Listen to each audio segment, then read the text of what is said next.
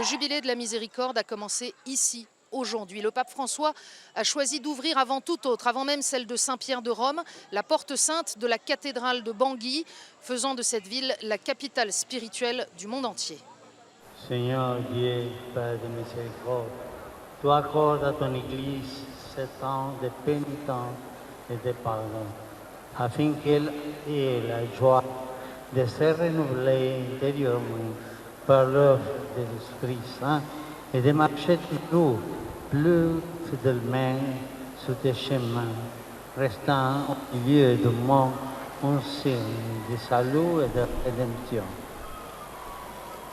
Ouvre-nous complètement la porte de ta miséricorde, pour nous ouvrir un jour les portes de ta demeure au ciel.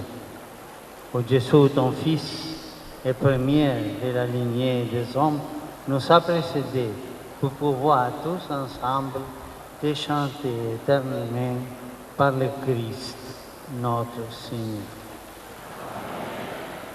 La miséricorde, c'est la limite mise par Dieu au mal et c'est au fond ce que François est venu apporter ici comme message dans ce pays ravagé par la spirale de la haine et de la vengeance. C'est ce que lui avait demandé ce matin la présidente de transition, demandant pardon au nom de tous pour les abominations commises par des gens qui se disent croyants et implorant le pape d'intercéder auprès de Dieu pour obtenir sa miséricorde.